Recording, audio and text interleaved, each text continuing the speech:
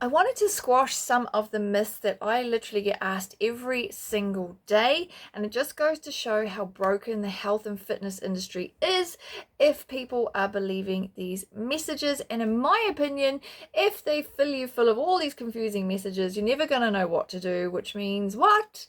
You're going to have to keep paying your guru in order to get any results for your fitness, your body, your health, your mind. One of the top industry bullshit statements I hear, and myth number one, is lifting weights will make you bulky. That simply isn't the case. Now, if you go and check out some of the transformations in this group, you will see our ladies are getting leaner, they're getting stronger, they're getting fitter, all from lifting weights. Stop killing yourself doing hours of cardio in order to tone up. Cardio simply won't do that. And let's be real. Do you enjoy doing cardio? Do you feel strong after cardio? Now, I know going into the weights room can be scary, especially if you don't know what you're doing. So invest in yourself, get a coach to teach you how to use the equipment properly, how to train properly, get a proper exercise program, and I promise you'll never look back. Myth number two, don't eat after 7 p.m. It will make you store fat. Now, I don't know what happens at 6:59 that your body suddenly goes into fat storage mode the minute it turns 7 o'clock. The fact of the matter is, if you're trying to lose fat and you decide not to eat after 7 p.m., you are probably cutting out the time when you would sit down and consume most of the calories that would put you into a calorie surplus, therefore gaining fat. If you're in a calorie deficit, it doesn't matter what time of the day that you are consuming those calories. Myth number three, and this kind of ties into myth number two as well. Generally, people who think that you shouldn't eat after 7 p.m. think carbs are bad. Carbs are not bad. Carbs are life. And a life without carbs, if you ask me, is probably going to be a pretty shitty one. Now, this probably stems from the fact that we are carb creatures, and if we were to overconsume calories, it probably would be from the macronutrient family, carbs, because they're so delicious. I can't say I've ever heard someone say, oh my goodness, I just binged on chicken and broccoli, right? So instead of blaming carbohydrates for you being overweight, you need to understand that it is overconsumption of calories that is causing you to gain weight and gain fat. These can come from any of the macronutrient groups: carbs, fats, protein, alcohol. Carbs are our body's favorite fuel source, okay? So fuel yourself correctly and get that balanced diet. Now, myth number four, and speaking of macronutrient groups, protein is the king of them all. Now, an old school myth I hear all the time is eating too much protein is bad for your kidneys. Now, individuals with pre-existing kidney conditions for sure can benefit from a low protein diet. However, research proves time and time again that a healthy individual will have no impact from a high protein diet on their renal function.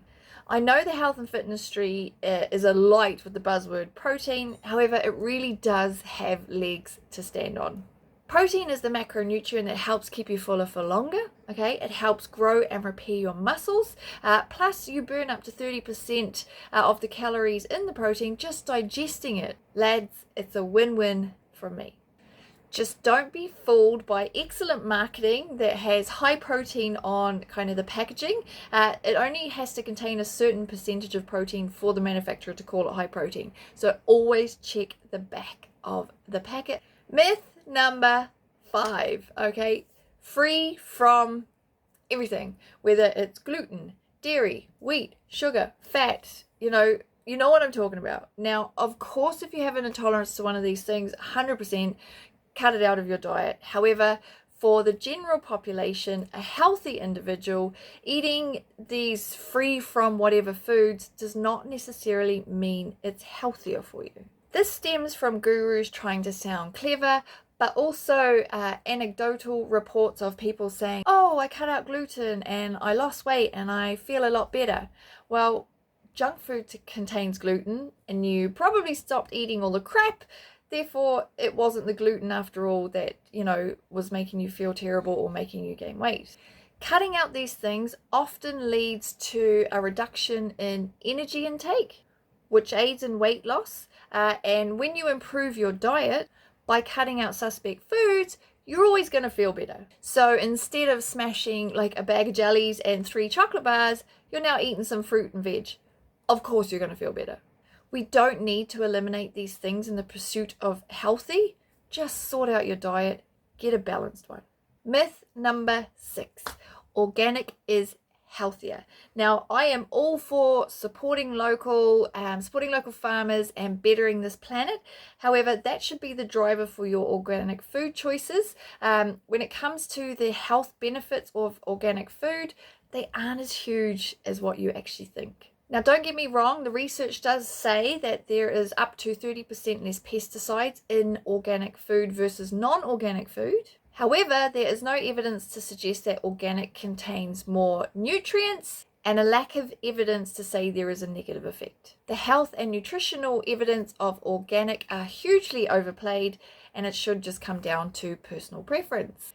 Myth number 7, and one of my faves, eat every 2 hours to rev up your metabolism. Or another one I get told all the time is, I think my metabolism is broken. Now, if you are on a weight loss journey, a fat loss journey, and you think you have to eat every 2 hours to rev up your metabolism, you are probably going to be over consuming calories, therefore gaining weight because you're not in a calorie deficit, and then you're going to think your metabolism is broken.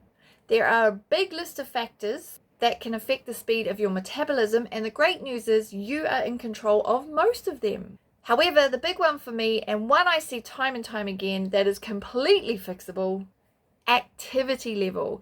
Now, more often than not, someone who comes to me and says my metabolism is broken generally isn't moving a lot, so your metabolism isn't to blame here.